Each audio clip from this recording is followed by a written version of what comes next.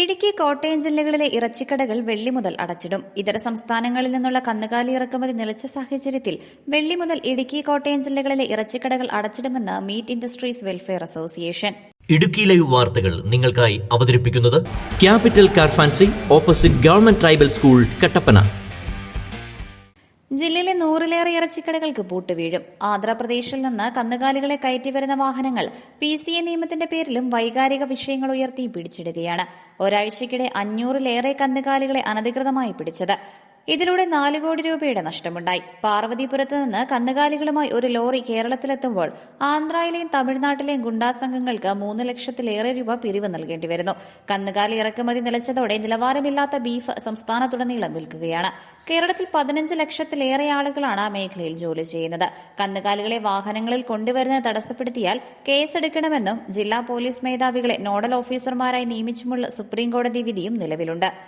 ഞങ്ങളുടെ സംഘടനയുടെ പേര് മീറ്റ് ഇൻഡസ്ട്രീസ് വെൽഫെയർ അസോസിയേഷൻ.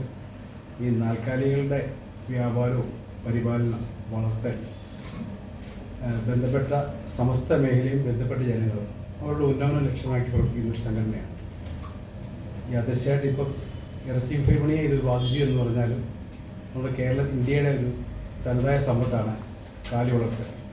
ആ കാലി വളർത്തലിലുണ്ടായ കുറവിൻ്റെ പ്രധാനപ്പെട്ട കാരണം കർഷകർക്ക് നേരിടുന്ന ഒരു ബുദ്ധിമുട്ട് തന്നെയാണ്. കർഷകൻ്റെ പ്രധാനപ്പെട്ട ആവശ്യം എന്ന് പറയുന്നത് മാർക്കറ്റിംഗാണ്. ആ മാർക്കറ്റിങ്ങിലുണ്ടാകുന്ന തടസ്സം ആ മേഖലയെ തകർത്തും. കന്നുകാലി വളർത്തുന്നതിന് ലാഭകരമാണെങ്കിൽ ലഭിക്കുമ്പം തൊട്ട് കന്നുകാലി അവൻ്റെ ആവശ്യത്തിന് വാങ്ങാനും വിൽക്കാനും കഴിയും.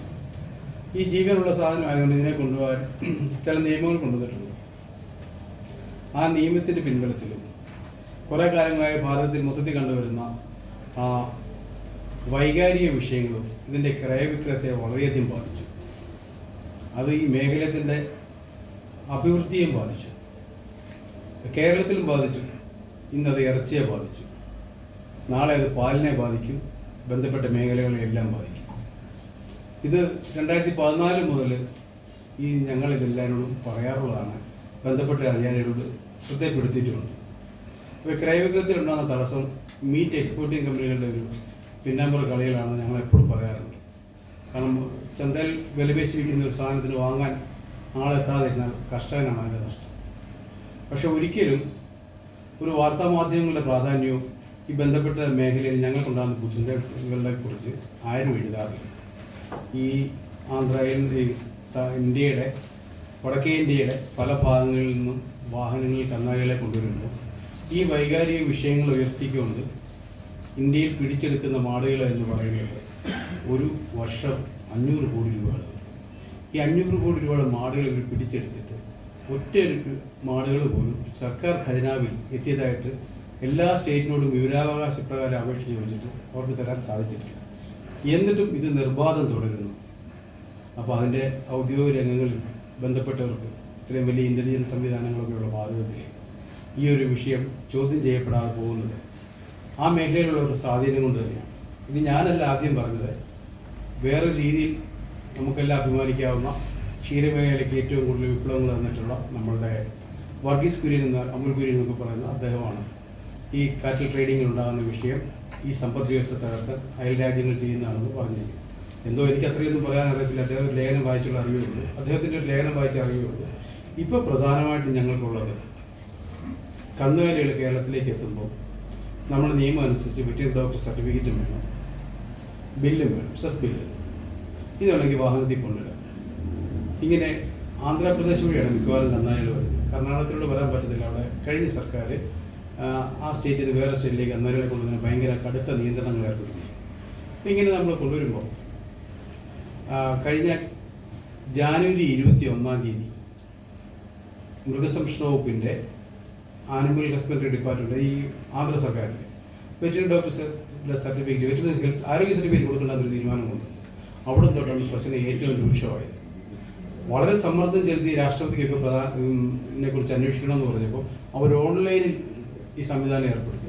അതൊരിക്കലും ഒരു പ്രാക്ടിക്കലായ രീതിയിലല്ല ഇതിൻ്റെ നടപടിക്രമങ്ങൾ. ആരെക്കൊണ്ടും ഒരു 2-3 സർട്ടിഫിക്കറ്റ് പോലും ഇതിനു മുമ്പ് ആർക്ക് സമ്പാദിക്കാൻ കഴിഞ്ഞിട്ടില്ല. അത്രയും ദുർഘടമായ രീതിയിലാണ് അതിൻ്റെ സംവിധാനം നിലനിർത്തിയിരിക്കുന്നത്. അതുകൊണ്ട്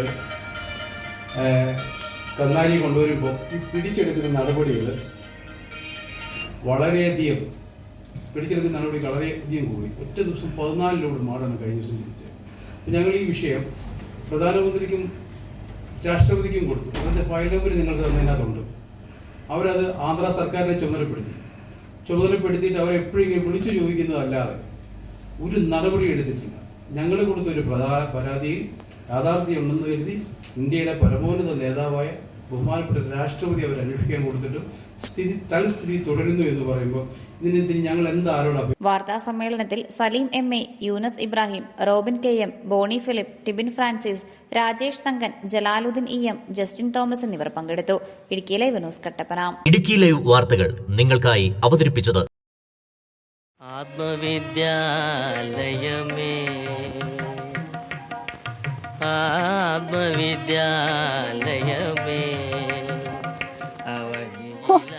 ഇതിനകത്തിരുന്ന പുട്ടുപോലെ പുഴുങ്ങിയെടുക്കാലോ. എന്റെ പപ്പ ഈ മൂട്ട പോലത്തെ പാട്ട വണ്ടി ഒന്ന് മാറ്റിക്കൂടെ? ഈ വണ്ടി മാറ്റിയിട്ട് ഒരു പരിപാടിയില്ല. അത് നിങ്ങൾ ആലോചിക്കാൻ വേണ്ട. എന്നാ പിന്നെ ഇതൊന്ന് മോഡിഫൈ ചെയ്തുകൂടെ? മോഡിഫൈയോ? അതെന്നാ കുറിച്ച? എക്സ്ട്രാ ഫിറ്റിംഗ്സ് ഒക്കെ നടത്തി അടിപൊളിയാക്കാം.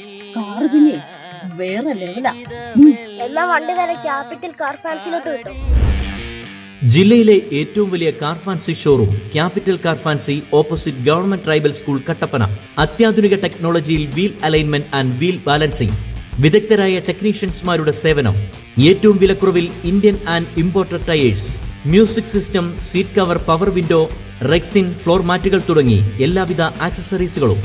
അങ്ങനെ ക്യാപിറ്റൽ കാർ ഫാൻസിയിലെത്തിയപ്പോ ഞങ്ങളും അടിപൊളിയായി. അമ്പടെ ജിഞ്ചിനാക്കിടി. Capital car fancy, opposite government tribal school, Kattappana.